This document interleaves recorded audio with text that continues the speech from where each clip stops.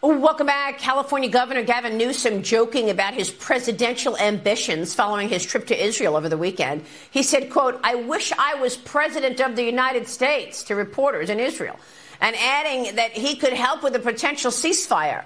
Cheryl, I think he just told us what he really wants. Exactly. He is making his political case to be president. Maybe he sees what the nation sees, and that's Joe Biden's. He's slowed down. His speech is sometimes it seems almost impaired. And this is during a crucial time for our country and for the world. What I find so rich about Gavin Newsom's plan, so he goes to Israel. Why? He's getting completely skewered in Washington for that. But then he decides to keep going to China to pitch climate change. So you're really going to go to China and ask them to talk about carbon emissions and clean energy.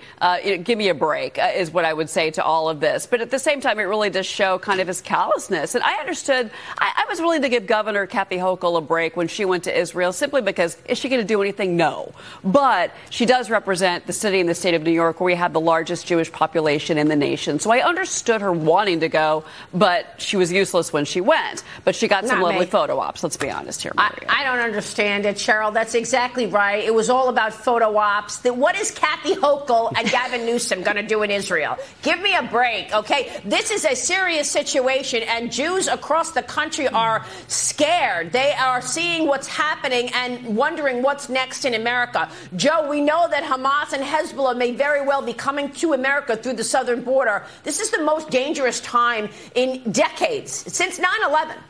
Yeah, a better thing for Governor Newsom or Governor Hochul or whoever to do would be to get dressed up like you're prepping for a snowstorm and talk about how your state is going to protect Jewish people, whether they're in synagogues or in houses of worship or any type of community setting. Jews in this country are very afraid, and they're rightfully to do so. But I think the subtext of what Gavin Newsom was saying is interesting. He's saying he wanted to be president. He wished he could do a better job. He's really saying that he doesn't entirely agree with the job that Joe Biden is doing. He sees some flaws in the argument. The other thing I think is pretty interesting is that Gavin Newsom, and I'm not a fan of him by any stretch of the imagination, but I give him a credit for having this go on for 6 months, where he gets to go on popular news shows, talk about how he'd be a great president without ever saying he's running for president, and all the interviewers basically just concede that point that, hey, you would be a good president, much better than our president, but in fact you're not running for president. It's a cycle that seems to regurgitate itself every week on different channels. Well, I got to say, Rebecca, the fact that he said, "I wish I were president of the United States," tells me that he's been given the directive to start messaging that out. Because he would remember a couple months ago, he said, "Oh, no, the next president has to go to Kamala Harris. She's next in line." But now he's loosening that up by throwing that out there. "I wish I was president."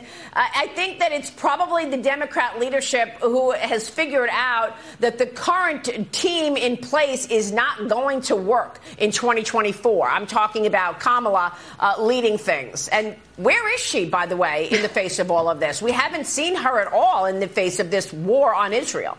Well, Maria, I read it exactly as you're reading it. That is exactly how we should take this. This Democratic leadership has absolutely decided that Kamala should be out of the limelight right now. And obviously Biden has to be in the forefront, but he's not doing well there. And so you've got these outside forces. You know, I'll also speak to California. California is the 8th largest economy in the world. There are policy papers that come out of California with NGOs all over the world that are literally talking about it as a country almost. And so this is not surprising at all. But yeah, I definitely see a shift in the Democratic leadership, and we're going that way. In terms of allowing Gavin Newsom to get out there and start messaging out the potential of him being president or Joe Biden's successor. All right, we want to show you Coca-Cola earnings. They are out. Let's get to Cheryl Casoni with the numbers. Cheryl. Well, so Maria, they've got a double beat here. 74 cents earnings per share. That's adjusted. The street was looking for 69, 12 billion on revenue. The street was looking for 11.44 billion. Remember, though, the stock is down about 15% year to date.